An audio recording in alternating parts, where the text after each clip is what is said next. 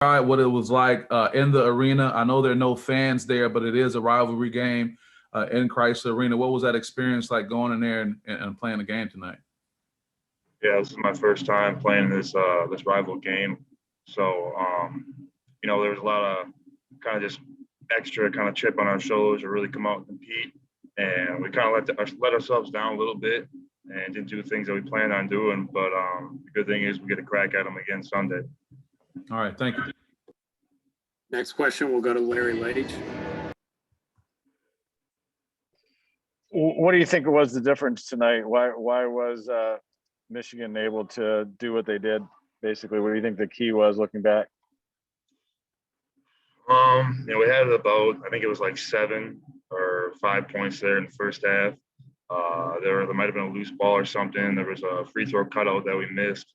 But really, we didn't shoot the ball well. Defensively, we thought we did pretty decent job tonight.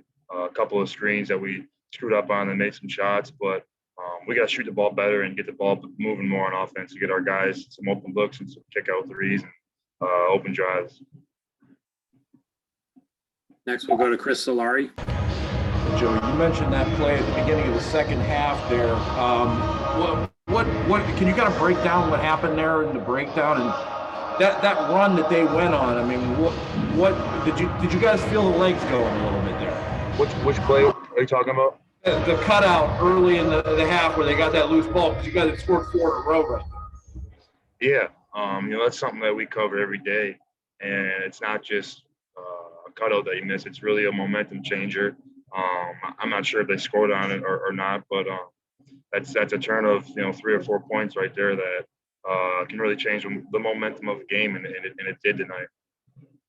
Was there a point in the second half where you kind of maybe felt the legs going a little bit after with this stretch of games?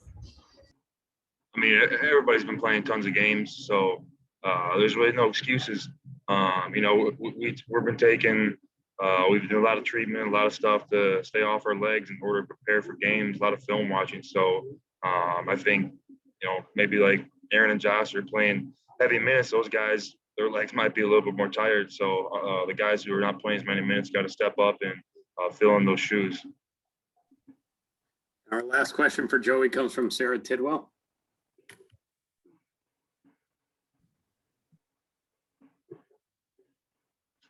Solari already asked my question, sorry. Okay, Joey, that's all we have for you. Appreciate your time. Sounds good. Thank you.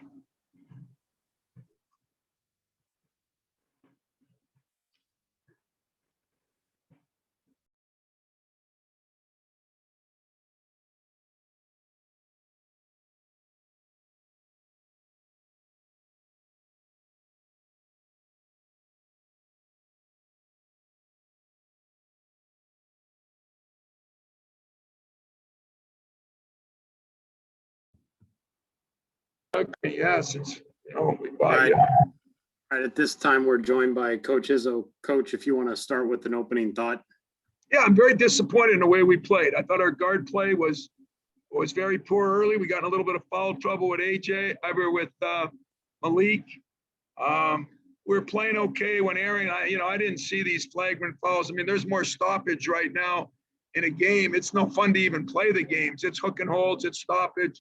I'm not saying right, wrong, or indifferent, but there was a lot of Aaron's call, when he's going up for a shot and he gets hit, and I didn't see it. So, but that changed the game too. We were, going to the free throw line. We were 3 minutes left, and all of a sudden, it a couple of baskets, and then you're down 11. Then we start out the second half, and 2 big stops, 2 big baskets, balls on the floor. We didn't dive after it, in my humble opinion. They get a 3, and then it went downhill. So they play pretty good. We did not play very good. So we got some work to do. I'm looking forward to Sunday. That's it. All right, our first question will go to Larry Leitch. Tom, you addressed what I was going to ask about that loose ball when the game was, they're competitive. How much does that bother you? An effort-related play that wasn't executed, I guess. I'll just say you've known me for 30 years. You figure it out and write it what you want to write. Our next question will go to Brendan at the Impact. Hey, Tom, I know you already talked about it a little bit, but that foul on Aaron Henry, would you say that that was the turning point in the game for your team mentally? Well, I'll be honest with you, it shouldn't have been. It was a big call because it put him on the bench. I did not see it, so I have no idea. I mean, you guys all saw it replayed. I mean, I did not see it. So, was it a right call, wrong call? I don't know. Was it a turning point? It was a big play. So let's just say that. And if it was the right call, it was still a big play. I would agree with you. Next question, we'll go to Lindsey Huddleston.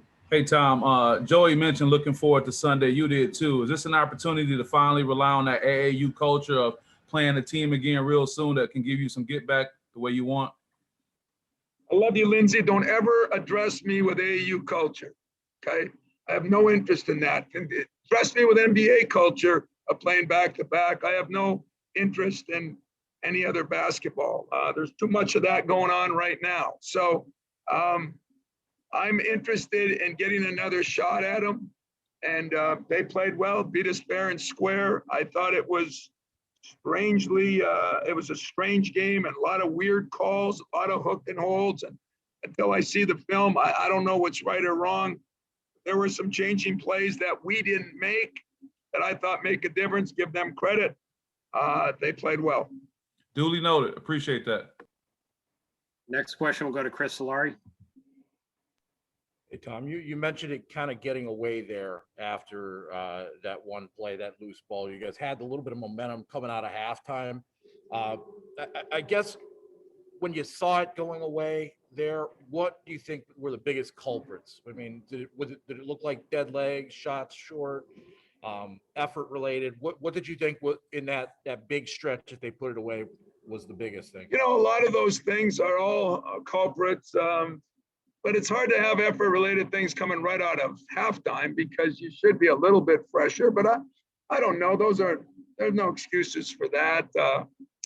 I think as it went longer and I tried to, had to make sure I get some guys out of there, but no, it was I don't think it was any fatigue stuff. I think it was more, unless maybe some of the effort is caused by fatigue, but I didn't think those couple of plays that are maybe Michigan State lore, when those didn't happen, I thought we got in foul trouble. We got Aaron a little frustrated and he's been playing so good. So we'll bounce back. We've been here before a lot this year. As a follow to that, you mentioned about you get an extra day in there. How do you deal with them over these 2 days now to try and heal and mend for that? I don't think I'm going to worry about healing. I think I'm going to worry about practicing. So at least one day I'll get to practice here.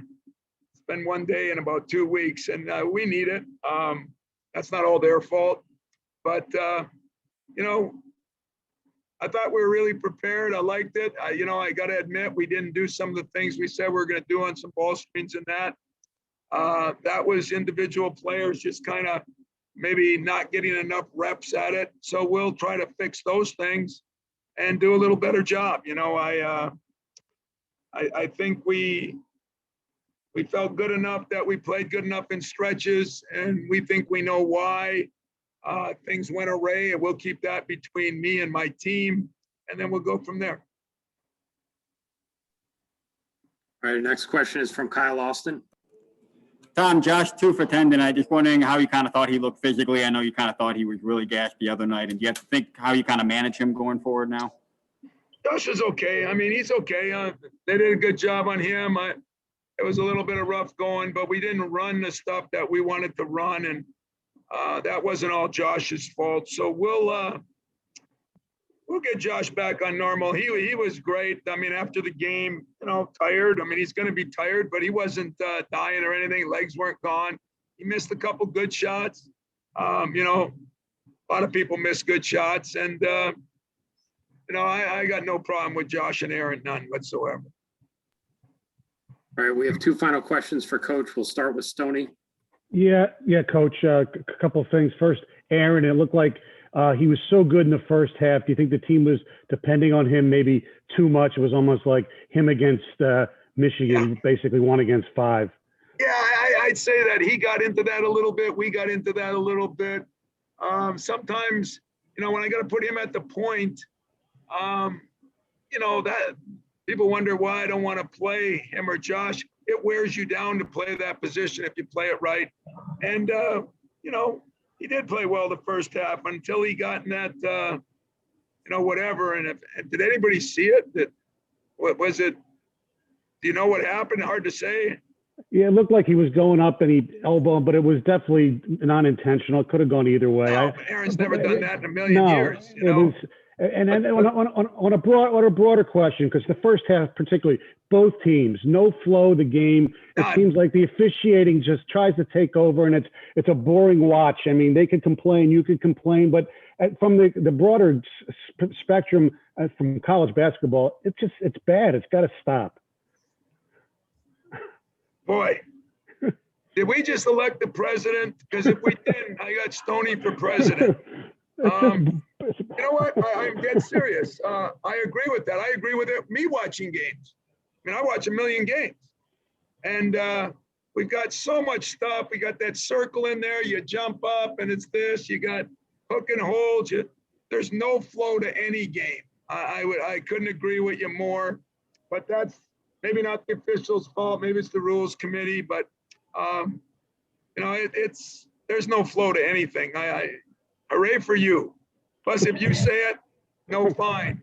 If I say it, although then again, who cares? You don't have to worry. I'm not running for president. Thank you. Our last question will go to Stephen Brooks. Hey, Tom, when you look at 3 straight games, you guys have shot in 30% overall. Is there any pattern there, I guess, that you're noticing in those 3, these past 3, or has each been kind of its own case? I don't know. The 3 before that, we averaged 50%, I mean, are we wearing down a little bit? Maybe. Are we, not making shots? I mean, it's really, really difficult when our best shooters are having to be our playmakers. And so we've had some problems there that will get straightened out, I think. But I don't know. That's a good question. I don't think it was a lack of, I didn't think we took a lot of bad shots. I thought we missed some good shots in the first half. And, they missed some shots too. And so second half, we missed more shots and they made some shots. And that was the difference in the game. Thank you. All right, Coach. Appreciate your time. Thanks, guys.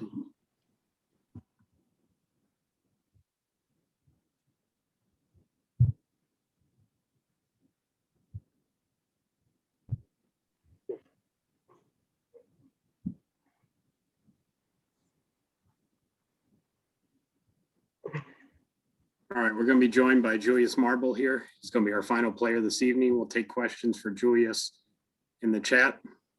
We'll start with Chris Solari.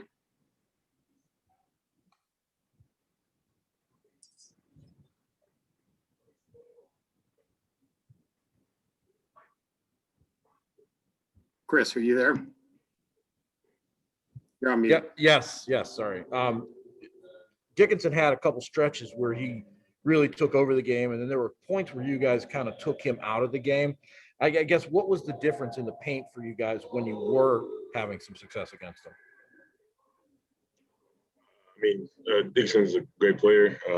We were trying to get him out of spots as much as possible, not trying to let him get anything easy. And the stretches where he got some buckets and got going a little bit was because we let him, get in there too easy, or if it was off a putback and stuff like that. So we were just trying our best to make it uncomfortable for him. But as you say, he got a couple stretches where he scored a little bit.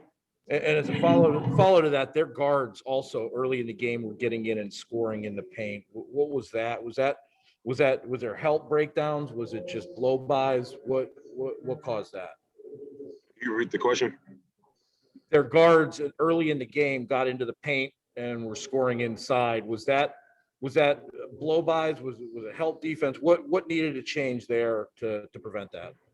It was a little bit of the defense, a little bit of help defense. We got to get in there a little bit more and pack it in.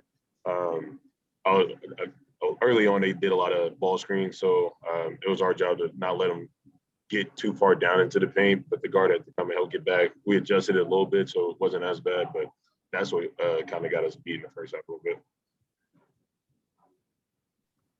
All right, our next question will go to Brendan at the Impact. I'm all good. I had the same question as Solari about Dickinson. All right, we'll go to Jane at the State News. Hi, I was just wondering if you could comment a little bit on the heart behind this game, and maybe when you guys fell behind, was it a little bit more frustrating to fall behind in this arena against this team than it has been in previous games this year? I mean, for me, it's always, it's always going to like piss me off to be down, 20 to a team that we feel like we can beat. It means a lot more because it's Michigan, but I mean, I feel a little pissed off every time that we're down. So, I felt bad. Yeah. Thanks. Next, we'll go to Audrey Dahlgren. Hey, Julius, what do you think that you guys learned tonight in order to be more balanced offensively come Sunday against a team like Michigan, considering Aaron kind of shouldered a lot of that throughout the game? We learned a lot about the little things, making sure we, in the right spots, going to our plays a little bit faster, execute a little bit better. I feel like we didn't execute as well tonight. Obviously, with the score that we had, we didn't for the most part. And, if we do that, we execute a little bit better and get in the right spots and get the shots that we need to get, that'll help. All right, thank you. Time for a couple more. We'll start with Rico Cooney.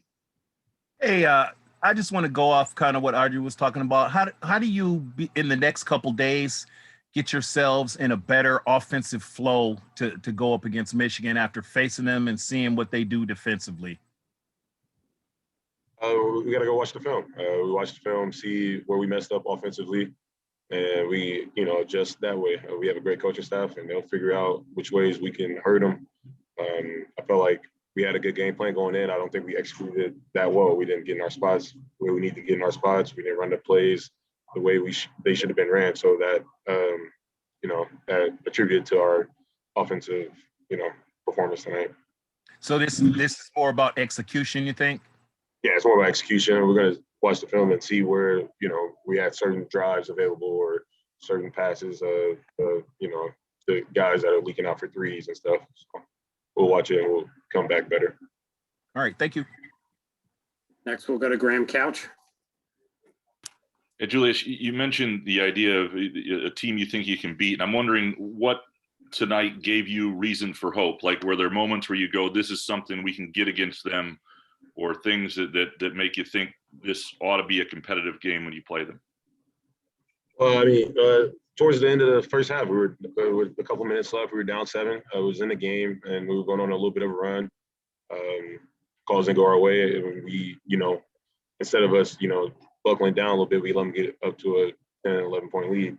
And a little bit in the second half too. We came out, scored a couple buckets in the first couple minutes, and then it just, it got out of hand. If we're able to execute better, then, we'll be able to win. All right, we'll wrap up with a question from Brandon at ABC 12. Yeah, I just wanted to ask, even though it's a loss, what's the morale like in the locker room knowing that you guys get to see Michigan again in a couple days? Locker room's, ready to go back and, play them again. We felt like we could beat this team, and we do the right things, execute plays, do our job defensively, we'll be able to do that. All right, Julius, that's all we have for you tonight. Thanks for your time. All right, thank you. You have a good night.